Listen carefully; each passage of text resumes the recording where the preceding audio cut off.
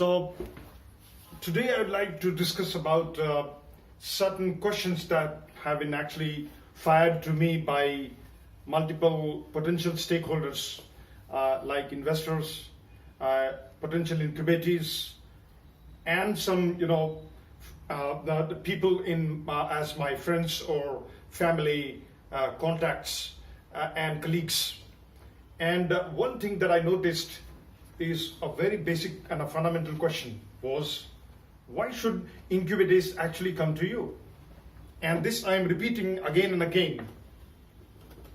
To solve this problem, I would like to present before you some kind of quasi-statistical facts and figures captured over a period of a decade since when I've been running my company.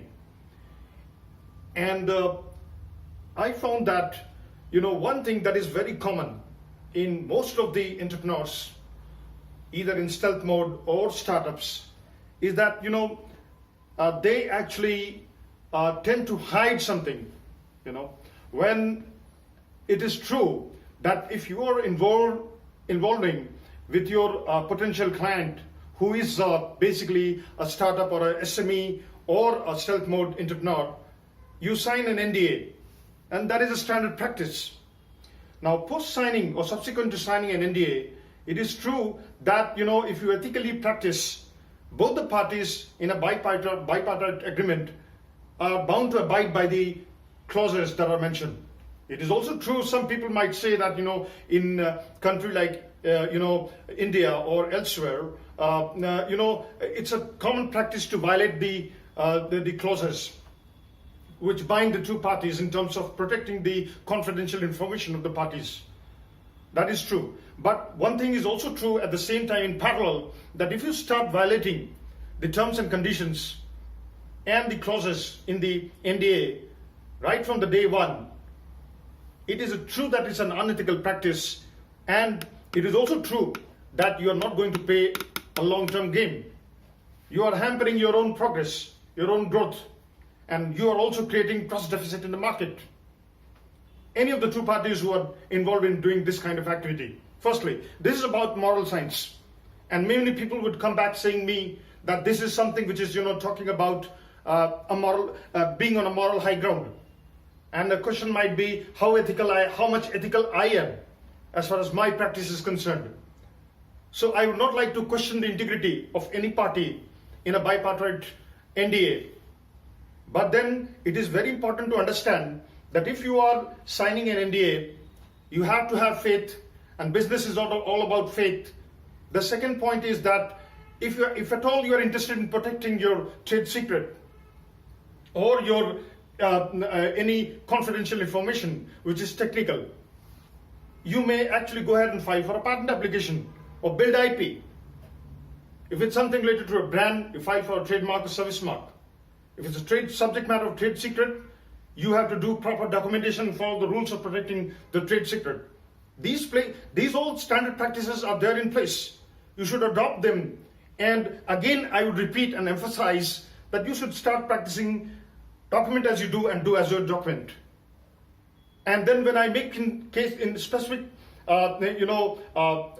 directives or kind of recommendation, I would say do as you are patenting, and patent as you do.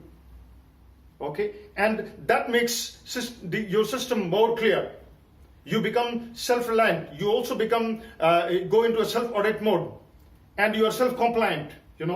And that is the best example of a startup or SME, or for that matter, a stealth mode startup which is run by an entrepreneur or a sole proprietorship firm. There is no question of creating a lot of confusions. One solution. The other part is, when I look towards the potential incubator, mostly startups or SMEs or stealth mode entrepreneurs, I just see that they tend to hide mostly technical information. And they believe, some people are in the myth that when we file a patent application, and if you put everything in detail in the patent application, it is later, after 18 months, it gets published in the public domain. That is true. But my dear friend, in this entire process, you are actually getting 18 months. That's a big period. unless you file for the patent under the patent express highway, and you expedite the process and pay extra money, and that you do when you are a big company, a large scale entity, or a medium scale entity, when you are pretty confident about your system, your product, solution, and service, and you know that I have a good control over the market. I understand the market well. I know who owns what. I also know which are the product, services, and solutions. Who are the players? Which are the geographic regions where they are playing? What is the market they are catering to? When I have done ample amount of primary and secondary market research, I am in a position to actually take the risk, and my risk appetite increases that way. And do I have the courage to actually be in fight mode and not in flight mode? That's a very important point to understand. You have to question yourself every day, every single day, if you really want to succeed. The other point is that when I say hiding technical information,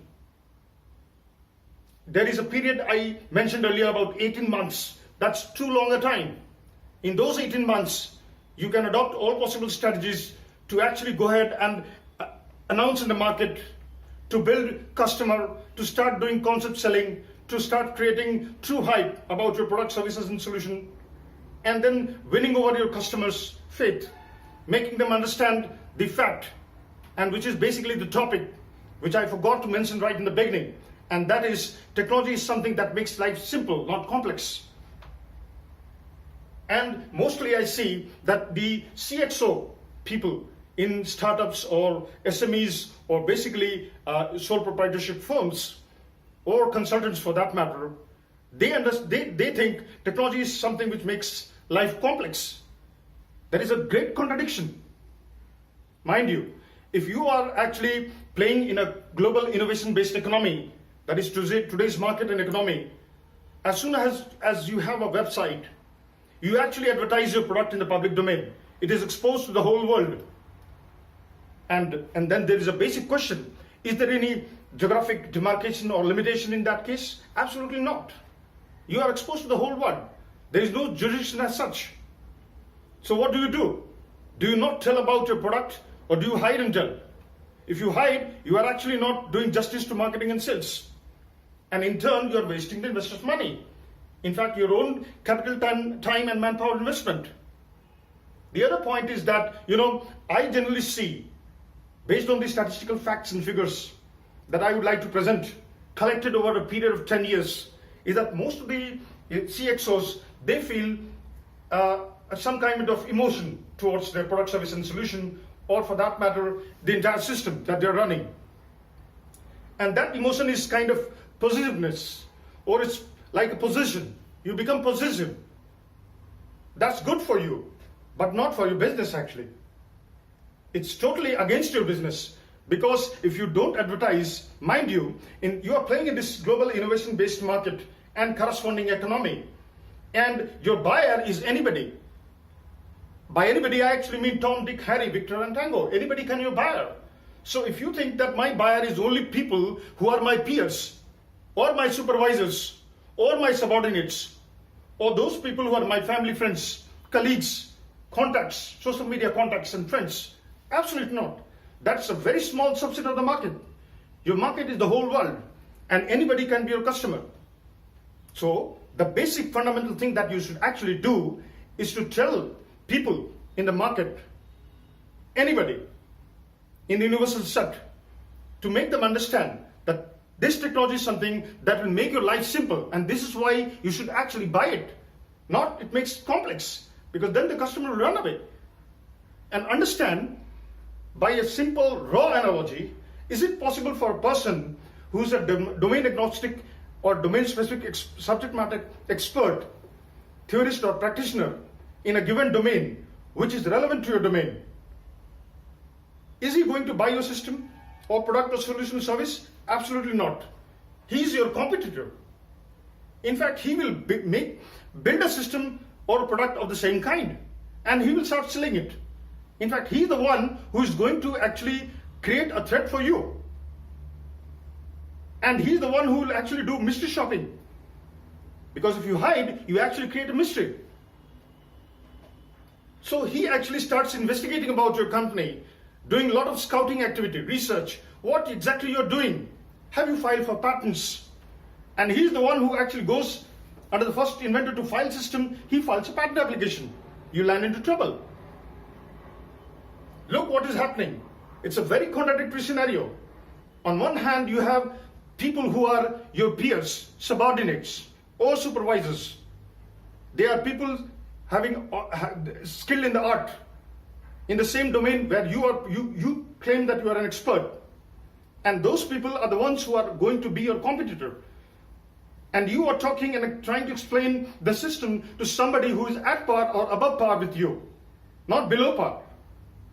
So you are actually, transmitting your knowledge, doing knowledge transfer to a person who is your competitor.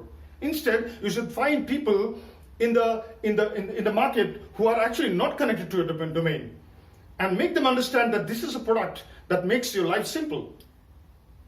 That means you are actually doing concept selling at the initial stages when you have not developed completely the product. It is in pre-alpha version, or maybe alpha version, or a beta version. That's the real justice you can do to your system. Thank you.